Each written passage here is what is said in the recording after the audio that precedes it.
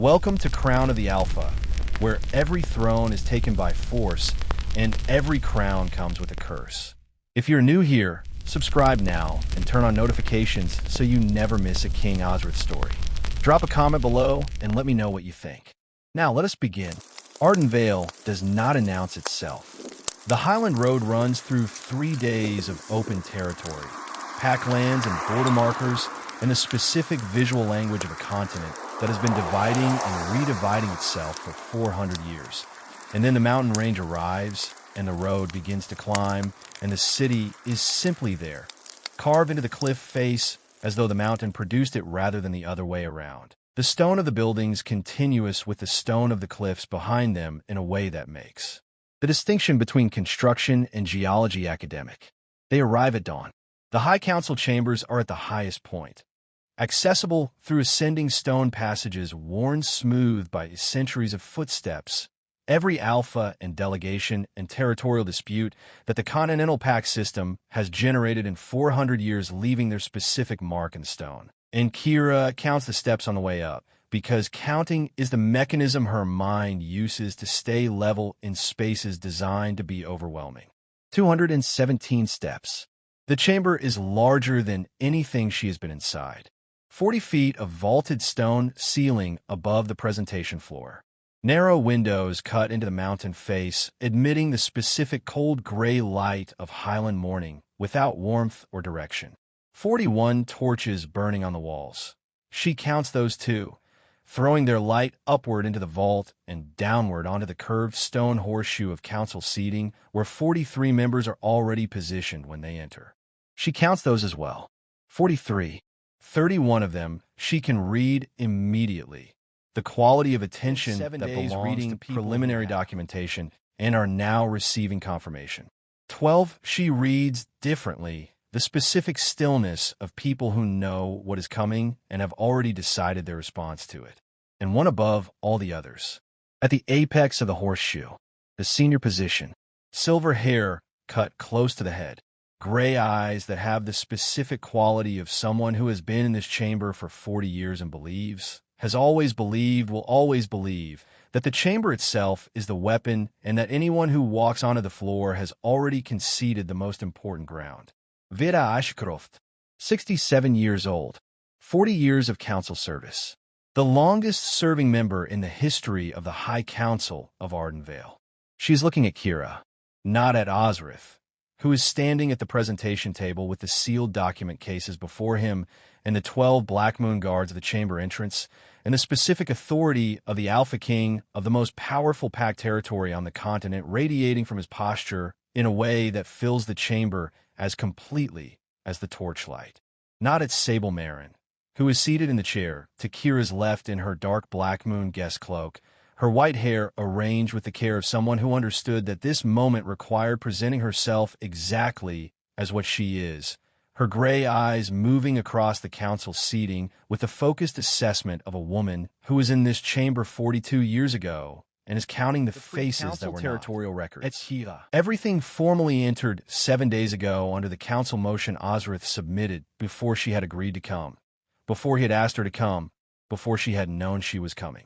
She does not yet know what else is in the third case. She packed it the way her mother taught her. Everything. You carry everything. You never know what will matter. Ozrath delivers the evidentiary statement. Every word exactly as prepared. The specific precision of someone who has used language as a tool for 7 years of governance and knows that in this chamber, on this floor before this audience, every word is weight and excess weight is weakness. The chamber listens. 31 with confirmation. 12 with the quality of people executing a prepared response. Vera Ashcroft does not move.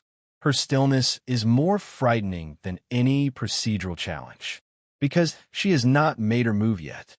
And the move she has not yet made is sitting in the senior position at the apex of the horseshoe, watching a servant girl from a dissolved pack count the torches in the High Council chamber of Ardenveil, and calculating something that none of the 42 years of planning ever had to calculate before.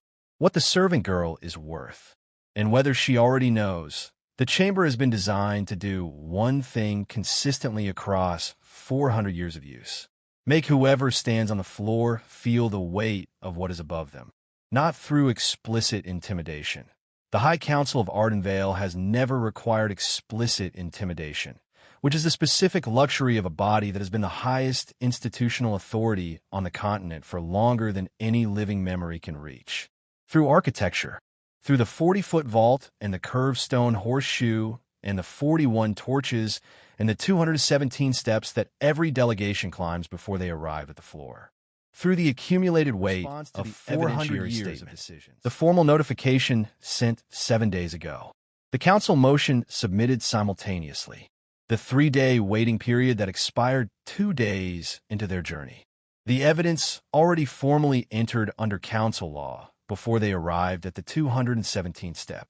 The faction has no procedural challenge available. The window closed on the road between Black Moon and Ardenveil. Vera Ashcroft knows this. She has known it since the notification arrived 7 days ago, and her administrative representative, a junior council administrator from a family whose name appears in the Greymoor dissolution records in a context that will become relevant when the investigation formally begins, processed the motion and granted the floor request and could not explain why it should be denied because there was no procedural basis for denial. She has spent 7 days knowing she cannot challenge the entry of evidence. She has spent 7 days preparing the challenge she can make, and she has not made it yet. Because she is watching Kira. And the thing she is watching, the specific quality of someone who does not find this chamber overwhelming, is the variable that her 40 years of experience has not previously encountered on this floor. Alphas she has managed. Delegations she has managed. Witnesses she has managed. The specific institutional weight of this chamber and its architecture has never once failed to communicate to every person who stood on this floor exactly where the power in the room resided. It is communicating this to Kira. Kira is not responding to it, not through defiance. There is no performance of resistance in her posture, no deliberate refusal of the chamber's message. Simply, it lands, and she receives it, and she continues to be exactly who she is, which is a woman who has spent 4 years in spaces that did not want her, and has learned that the space's opinion of her presence is not the determining Vera Ashcroft recalibrates, and waits. Sable Marin has been waiting 42 years to say what she says next, not in the sense of preparation. Though the preparation is there, organized with the same precision she brought to 4 years of document reconstruction in a hidden chamber.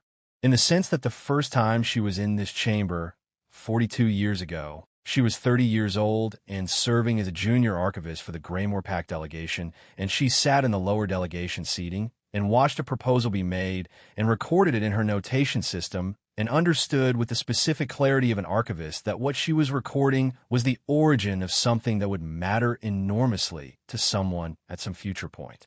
She did not know the future point would be her. She did not know she would be the person who carried it there. She delivers the testimony in the formal Greymoor archival voice, not the voice of a witness arguing a position. She is not arguing.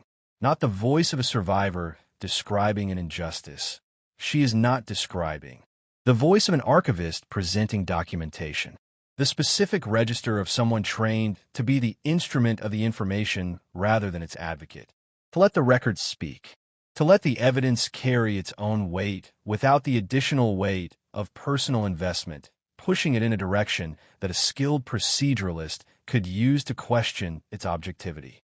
It is the most effective possible delivery for this chamber and this audience. The 31 non-faction members receive it the way it is delivered, as documentation. Cross-referenced, verified, organized with the specific care of someone who spent 22 years as a pack archivist and 4 years in a hidden chamber, making sure that every document in the reconstruction could withstand exactly this kind of institutional scrutiny. The 12 faction members receive it the way Vera Ashcroft has prepared them to elderly woman with a personal grievance, delivered from memory, without original documentation, representing a dissolved pack that no longer has legal standing in this chamber, which is technically accurate and completely misleading. And Vera Ashcroft is waiting for the moment to make that distinction explicit in a way that the chamber will receive as procedural rather than strategic. The specific skill of 40 years of institutional operation, the ability to use truth as a tool without appearing to use it as a weapon. She waits through the first 10 minutes. She waits through the 20. She waits through the 30. She is 14 minutes from the end of the testimony.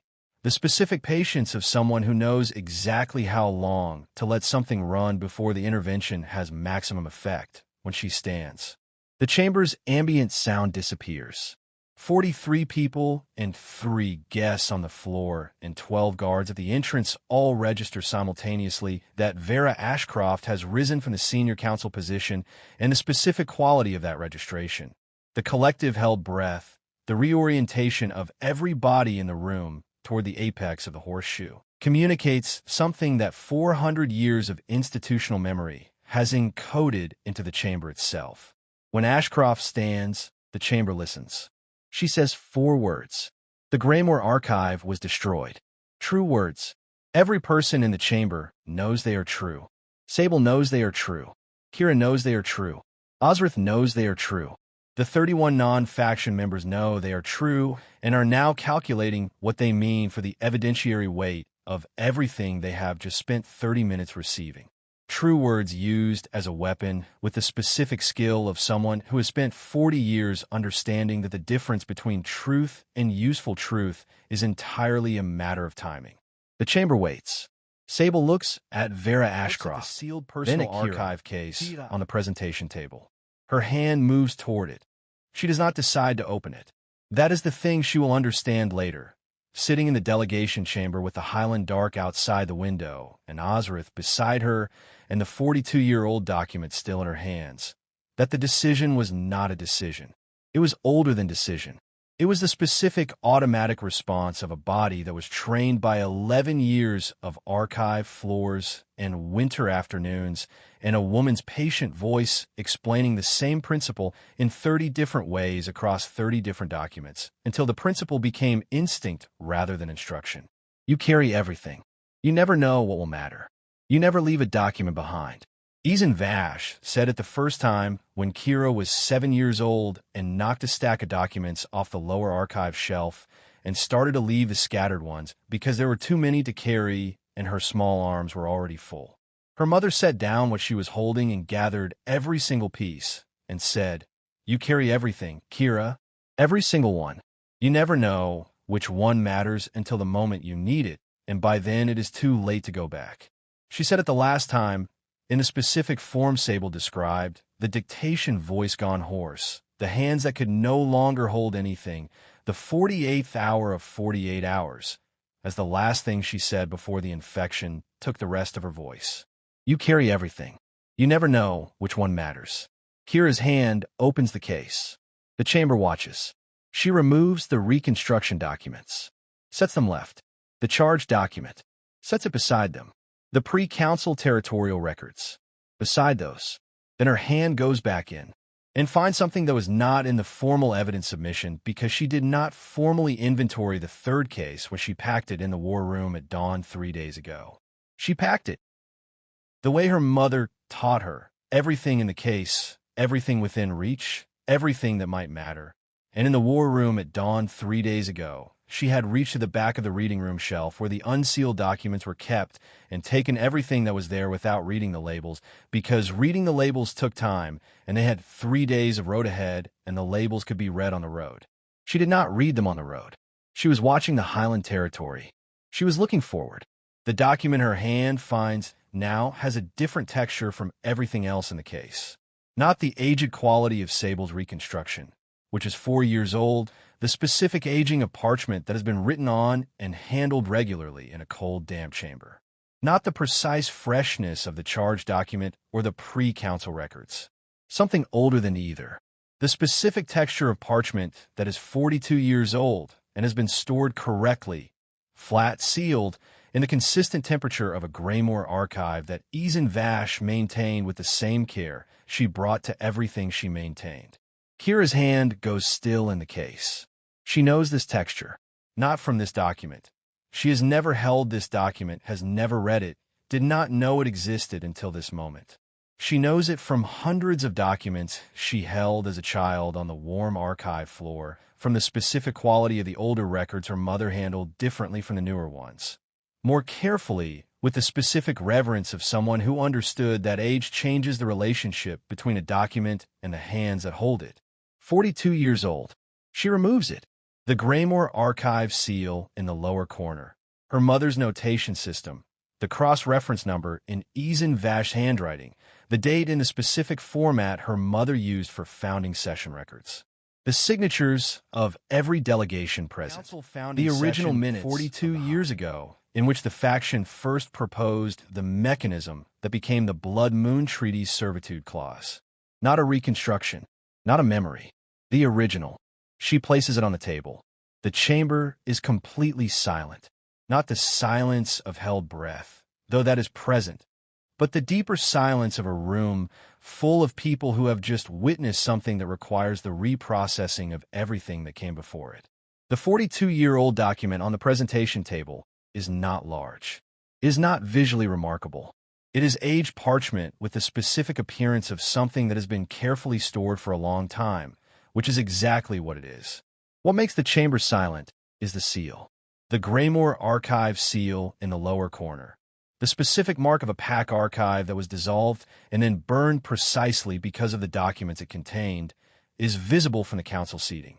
The notation in Ozrath Vashe handwriting is not visible from that distance, but its presence, the specific organized quality of a document that came from functioning archive rather than a reconstruction, is visible in the document's condition. In the way it lies flat on the table, without the curl of a document that has been rolled or the fold marks of a document that has been carried folded. In the care with which it was stored for 42 years by a woman who treated every document as though it would matter to someone at some future point. Kira says the archive was destroyed. Her voice carries the formal archival register that her mother's 11 years of training built into her without her noticing. She says, this document was not inside the archive when it burned. She says, it was in my mother's hands. A pause. She says, and then it was in mine. Vera Ashcroft looks at the document. She looks at it for a long time. The specific quality of that looking, the 40 years of institutional experience means for the position she has spent 7 days preparing, is visible in the chamber's response to her face.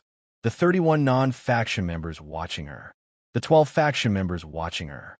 Everyone in the room understanding that whatever Vera Ashcroft concludes in the next several seconds will determine the chamber's response to what has just been placed on the table. She sits down. It is not a dramatic gesture. She simply sits, the specific movement of a woman who has made a calculation and arrived at its conclusion and is executing the behavior that the conclusion requires. There is no performance of defeat in it. There is no acknowledgement that anything significant has just happened. She sits with the same composed authority that she has carried for 40 years in this seat, and will continue to carry for whatever comes next. But she sits. The motion for full council investigation is submitted by Councillor Dara Finn, a broad woman in the non-faction seating whose pack has existed for 6 generations and who processes Greymoor's annual documentation submissions. Within 4 minutes of the document being placed on the table. It is seconded by 8 additional council members before Finn has finished speaking. Ozrath does not move during any of this. He stands at the presentation table with his hands flat on the surface, and his expression carrying the specific quality of someone who has delivered what they came to deliver and is now allowing the chamber to do what chambers do with evidence when the evidence is complete. Kira is still standing beside him. The 42-year-old document is in front of her. She is thinking about a 7-year-old girl on a warm archive floor being told, you carry everything. You never know which one matters. She is thinking about a woman with burned hands in the Highland cold dictating for 48 hours everything she had spent 22 years learning because she understood it came from and that learning could not be burned. She is thinking about 11 people standing in a circle in the dark and the number that should have been 43. She is thinking about her mother, who never appears in this story alive, who has been in every room of it, who trained her hands and her instincts and her specific understanding of what documents are, not paper, not records, not administrative artifacts, but the permanent form of things that happened, the proof that the past was real, The evidence that what was done to people was done and cannot be undone by burning the record of it. Who is the reason the document is on the table? Who is the reason it survived? Who is the reason, more than any king or any archive or any 42 years of hidden architecture, that the 43 are being given back their name today? The motion passes in 43 minutes. 31 votes for ratification of the investigation. 12 abstentions, not against, which is a specific behavior of faction aligned members calculating the least damaging available position when the position they prepared has just been rendered untenable by a document that was not supposed to exist. Kira looks at the vote count being read. 31. She thinks it should have been 43 that the chamber has not finished. This is the thing Kira understands from the moment the investigation motion passes. Not from any specific signal, not from anything said, but from the quality of Vera Ashcroft's stillness in the senior counsel position. She has been sitting since she received the document, and she has not moved since, and the specific quality of her not moving has changed from calculation to execution, from deciding what to do doing it, and she has not yet done anything visible, which means the visible thing is coming. The session continues through the formal procedures that follow a motion of this kind. The appointment, the formal record of the evidence entered, the procedural documentation of the vote, and Vera Ashcroft participates in each step with the composed correctness of someone who has spent 40 years knowing exactly what the procedures require and executing them regardless of whether the procedures are serving her in this particular moment. She waits until the formal session closes. Then she stands. She says, the Graymore reinstatement document submitted by the Black Moon Alpha King requires full council ratification before it is legally binding. True statement. Procedurally correct. The specific use of a true statement to execute a strategy that the true statement was not designed to serve. The move that 40 years of institutional experience produces when every other move has been taken away. The Graymore reinstatement document requires all 43 council members to vote, not a majority, all 43. This is the specific procedural requirement for reinstating a dissolved pact, a higher threshold than any other council action because the dissolution of a pact is itself a higher threshold action that the council has historically treated as the most serious available exercise of its authority. Vera Ashcroft needs 12 votes against ratification. She has 12 abstentions, which are not yet votes against, which are the behavior of faction aligned members who are calculating and have not yet concluded, which are, in the 24 hours between the session close and the ratification vote, negotiable. The session adjourns. The chamber empties. Ozrath watches Vera Ashcroft walk out with the 12 faction aligned members, and his expression is carrying the calculation of someone who has watched enough council sessions to read the architecture of a procedural move being executed and is already mapping the available responses. He says to Jackson, find out which neutral member she approaches tonight. Jackson leaves. Table. Kira, the 42-year-old document is in her hands. The archivist's grip, flat, careful, the specific reverence of her mother's training applied to the document that her mother's training produced. Ozrath crosses to her. He says, you did not tell me that was in the case. She says, I did not know it was in the case. He looks at her for a moment. Then he says, your mother. She says, always knew where the exits were. The delegation chamber they are assigned for the 24-hour adjournment period is 3 levels below the council chamber. A stone room with 2 windows and a fireplace, and the specific impersonal quality of a space that has housed hundreds of delegations across 400 years and carries the accumulated presence of none of them because the stone absorbs and retains but does not distinguish. Sable sits in the chair by the fire. She is tired in the way that is not the tiredness of a single day, but the specific exhaustion of someone who has been carrying something enormous for a very long time and has just set it down and is feeling for the first time the weight that the carrying required. She says nothing. The fire burns. Outside the Ardenveil delegation chamber windows, the Highland night arrives over the mountain range, and somewhere in the passages of a city built into a cliff face over 400 years, Vera Ashcroft is moving toward the first of the 3 neutral council members, and Ozrath is reading Jackson's report on which ones, and Kira is sitting with the 42-year-old document in her lap, thinking about 43 people who should have been in a circle instead of 11. Jackson's report arrives at the third hour of night. 3 neutral council members. All 3 have accepted private meetings with Vera Ashcroft's representative, a junior council administrator whose specific role in the faction's 30-year operation has not yet been formally documented, but whose presence at every 7 days has been consistent enough to constitute a pattern that the investigation will eventually formalize. The meetings are scheduled for the 6th hour, 3 hours before the ratification session reconvenes.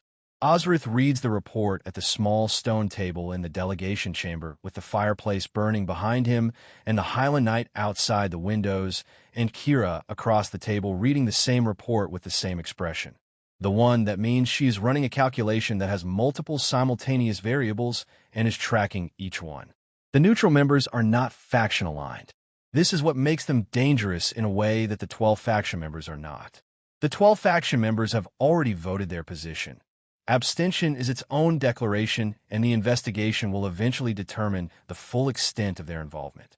Their votes are known quantities.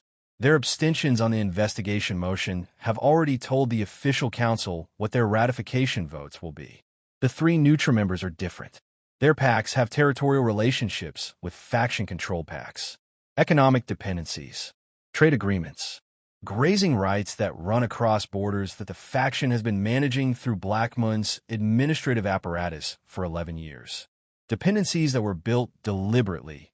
The specific patient architecture of an operation that spent 30 years creating leverage in places that would not be visible until the moment the leverage was needed. The moment is now. Vera Ashcroft is not going to ask the 3 neutral members to vote against Greymore ratification because they believe the ratification is wrong. She's going to ask them to consider what their pact's relationship with faction-controlled territories looks like in the aftermath of a full council investigation that removes faction influence from the administrative infrastructure those relationships depend on. She is Go. Man who had once been feared by many was now her protector, her ally, and perhaps something more. For Lena, every shiver, every tear, every lonely night had led to this: survival, vindication, what and their a life pact's reborn. relationship with faction-controlled territories looks like in the aftermath of a full council investigation that removes faction influence from the administrative infrastructure those relationships depend on. She's going to ask them to consider their pacts. The way that 42 years of patient architecture asks you to consider your pack when it has been carefully arranged to be the thing most vulnerable to the consequences of your decision. Ozrath sets the report down. He looks at it. Then he looks at Kira. He says, "I need you to do something that is not in any plan we made." She looks up from her copy of the report. He says, "The 3 neutral members have territorial relationships with faction-control pacts. Ashcroft is going to use those relationships to turn abstentions into votes against. I cannot counter that argument, because it is true. Their pacts will face economic consequences when the investigation removes the faction's administrative influence, and I cannot promise them otherwise because the investigation will take time, and time creates consequences that I cannot control for Blackmoon." Kira says, "What can I do that you cannot?" He says, "Make it real." She says, "The dissolution." He says, "Ashcroft is going to ask them to consider their pacts. I need them to consider yours first. Not as evidence, not as testimony, as a story, as 11 people in a circle in the dark, as the number that should have been 43. He pauses. He says, "They're not going to vote against something they understand. Ashcroft is going to use what they do not want to understand about their own position to turn their abstentions. I need you to give them something they cannot not understand before she does." Kira looks at the report, then at the founding charter on the table beside it, then at Ozrath. She says alone. He says yes. She picks up the founding charter. She stands. Neutral council members are in separate delegation chambers on the 2nd level. Kira goes to the first one alone, not with the document case, not with the reconstruction or the charge document or the pre-council territorial records or the 42-year-old founding minutes, with the founding charter. The one document in everything they brought to Ardenveil that was not submitted as evidence. not because it was withheld, but because it is not evidence of anything except the existence of a pact that existed for 114 years and was dissolved in a council session that lasted less than 2 hours. She knocks on the door of the first delegation chamber. A council aide opens it. Behind him, a broad, older man with the specific look of someone who has been awake since the session closed and has been sitting with a difficult calculation for several hours and is not happy to have the calculation interrupted by a knock at his door at the 4th hour of night. He looks at her.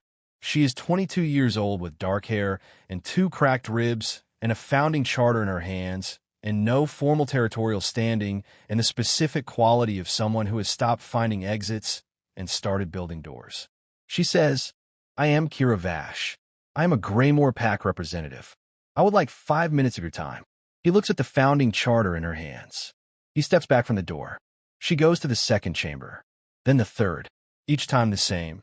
The knock, the aid, the interrupted calculation, the look at the founding charter. Each time, she is given 5 minutes, and takes 4 and leaves the founding charter visible on the table between them for the entire time, and does not take it with her when she goes, because she has 3 chambers to visit and only 1 charter, and she trusts that a council member who has spent decades in this institution knows how to handle a document that belongs to someone else. What she says in she does not argue the legal merits of the ratification. She does not challenge the territorial dependencies that Vera Ashcroft is going to use. She does not make a case for the investigation or against the faction or for the specific procedural correctness of the reinstatement document. She tells them about 11 people standing in a circle in the dark above Greymore ruins. She tells them about counting. She tells them that she counted 11 times across 3 hours because 11 felt wrong, too small, too specific, too final, and the number never changed. She tells them the number that should have been there, 43. She tells them that 43 wolves built something that lasted 114 years and were dissolved in a council session that lasted less than 2 hours, and that she is not asking them to fix that, because it cannot be fixed. She is asking them to vote for the 43, not for the reinstatement document, not for the procedural outcome. For the 43 wolves who built something real and were told by a council session that what they built did not count. She says, when you vote tomorrow, vote for the 43. Then she picks up the charter and goes. She is walking back toward the staircase to the 3rd level when the door of the first chamber opens behind her. Counselor Dara Fenn, broad, 6 generations of pack history in her posture, 40 years of council service in her face. She looks at Kira from the doorway. She says, "What was your mother's name?" Kira stops. She turns. She says, "Ozrath Vashe." Counselor Fenn is quiet for a moment. Then she says, "I knew her handwriting before I knew her name. I processed Greymore's annual documentation submissions for 11 years. She never made an error. Not once. Not a single cross-reference wrong. Not a single date misrecorded. Not one document out of sequence in 11 years of submissions." Kira looks at her. Counselor Fenn says, "I did not know her arrived 7 days ago. I have been reading her handwriting for 11 years, and I did not know her name." She says, "I am sorry for that." Kira says nothing. Counselor Fenn looks at the founding charter in Kira's hands. She says, "Go back to your Alpha King. I will speak to the other 2. She goes back inside. The door closes. Kira stands in the mountain passage of Ardenveil at the 4th hour of night with the founding charter in her hands and the Highland cold coming through the stone and the specific quality of silence that follows something that cannot be taken back. She is not invisible. She has not been invisible since she placed a document on a silver tray in the Great Hall of Black Moon Castle. But this is different from that. That was necessity. This was choice. She walks back up the stairs. The ratification session reconvenes at the 9th hour. The chamber has the specific quality of a room that has spent 24 hours processing something and has arrived at its conclusions and is now present to formalize them. The ambient sound is different from the previous session, less the held breath of people waiting for something to happen, and more the specific settled quality of people who know what is about to happen and have made their peace with it. 31 council members in their curved seats, 12 faction aligned, in the same positions, with the same expressions, the specific composure of people who have accepted the outcome and are now managing what comes after it. 3 neutral members. Councillor Dara Finn in the left delegation seating. The broad older man from the second chamber in the right. The third neutral member. A woman whose pack occupies the border territory between 2 faction-controlled territories and whose economic dependency is the most acute of the 3, in the center. All 3 are present. Vera Ashcroft is at the senior position. Her expression carries something that Kira has not seen on not in the passage after the close, not in the 40 years of council service that her face carries in every line of it. Something that is not defeat and is not acceptance and is not the calculation of someone who still has a move. Something older than any of those. The recognition of a person who has spent 40 years managing outcomes, understanding that one outcome has escaped management entirely. The vote is called. 31 non-faction members for ratification. The first faction-aligned member, abstention. Then the second, the third, through all 12, abstentions. The position they committed to when they calculated that abstention was less costly than the recorded opposition of 12 council members to the reinstatement of a pact dissolved by a forged administrative order. Then Councillor Dara Finn. She says, for ratification, the broad older man from the second chamber. For ratification, the border territory woman, the one with the most acute economic dependency, the one who has the most to lose from the investigation's disruption of faction administrative infrastructure, the one who Vera Ashcroft spent the most time with at the 6th-hour meeting. A long pause. The chamber holds it. Then, for ratification, 3 additional faction-aligned members who watched the founding minutes document placed on the table in the previous session, who have spent 24 hours calculating what their alignment will cost them when the investigation concludes, change their abstentions. For ratification, for ratification, for ratification, 34 votes for, 9 abstentions. The Greymore Pact territory is formally reinstated under High Council ratification. The chamber does not erupt. This is not a chamber that erupts. But the specific change in its ambient quality is audible to everyone present. The shift from tension to resolution, from suspended to settled, from 42 years of hidden architecture to the specific moment when institutional authority formally acknowledges that the architecture was built on a lie. Sable Marin closes her eyes. Not for long. 3 seconds. The same 3 seconds Kira allowed herself in the hidden chamber when she held the founding charter for the first time. The specific permission to feel what survival discipline has not allowed. And she opens them. Ozrath stands at the presentation table, and his expression carries something the chamber has never seen in 400 years of institutional history. Not triumph, not performance, not the managed presentation of a successful outcome. Simply the look of a man who came here to finish something and has finished it, and is now looking at the woman beside him who made it possible and does not have the language available in pack law or governance or the official record of anything he has ever done. For what he is looking at her with. Vera Ashcroft waits until the chamber is nearly empty. Then she stands. She does not look at Ozrath. She does not look at Sable. She looks at Kira. For a long moment, with the expression of someone recalibrating a calculation that has just had a significant variable added to it. A variable that is 22 years old and carries a founding charter and went to 3 delegation chambers at the 4th hour of night and told 11 people in a circle in the dark to 43 council members in the mountain city of Ardenveil and came back with 34 votes. She says, the investigation will take time. She says, time is a way of changing what people remember. She walks out, and in the silence of the nearly empty chamber, the 41 torches still burning, the curved stone horseshoe empty above, the highland morning coming cold through the mountain covers windows, Kira's hand on the founding charter. Not possessive, not commanding, simply there. The way you put your hand over something that matters. The delegation chamber at the 9th hour of evening has the specific quality of space that has been through something and is now simply a room with a fire and 2 windows and the highland night outside. Sable is asleep in the chair by the fire. Actually asleep. Not the apparently sleeping of the medical wing corner. Not the managed rest of someone maintaining awareness while appearing to rest, but the complete unguarded sleep of someone who has set down something they have been carrying for a very long time and whose body has immediately claimed the rest that the carrying prevented. Jackson is in the outer passage with the guards.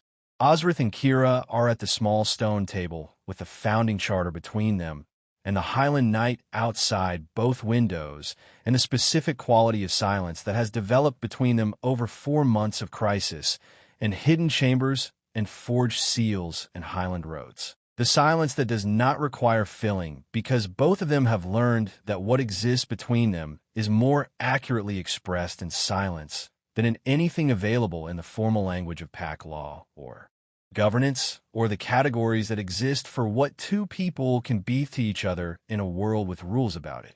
He says, "When I submitted the council motion 7 days ago." She looks at him. He says, "I listed your name in the motion.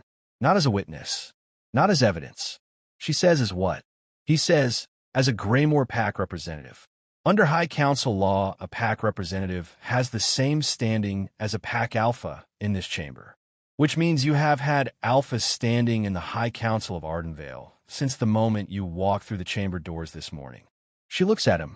He says, "Vera Ashcroft could not have removed you from council grounds. Could not have used your legal status against the evidence you were presenting. You were protected the moment you entered the chamber."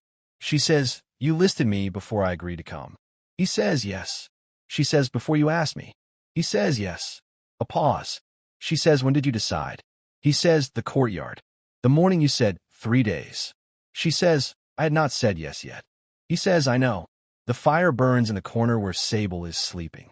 The Highland Knight outside the windows is the specific deep blue of a mountain night that has no light source except stars. The founding charter lies between them on the table, the document that her mother held in burned hands in the Highland cold, that she carried for 4 years without knowing she was carrying it, that she placed on a presentation table in the highest institutional chamber on the continent, and said, "It was in my mother's hands, and then it was in mine." She says, "The investigation will take time." He says, "Yes." She says, "Vera Ashcroft is not finished." He says, "No." She said time changes what people remember." He says, "She is not wrong." Kira looks at the founding charter. She says, "Then we need to make sure the record is complete before time has the opportunity to change it." He looks at her. She says, "The investigation needs documentation that is independent of the council's own record-keeping. Documentation held outside this institution by someone with archival standing who cannot be managed through council procedure." He says, "A Greymore pack archivist." She says, "A Greymore pack archivist with Alpha standing in the High Council of Ardenveil, who has been formally entered into the council record as a presenting party in the investigation." He says, "You." She says, "Me." The fire. The Highland Knight. Sable sleeping. The founding charter between.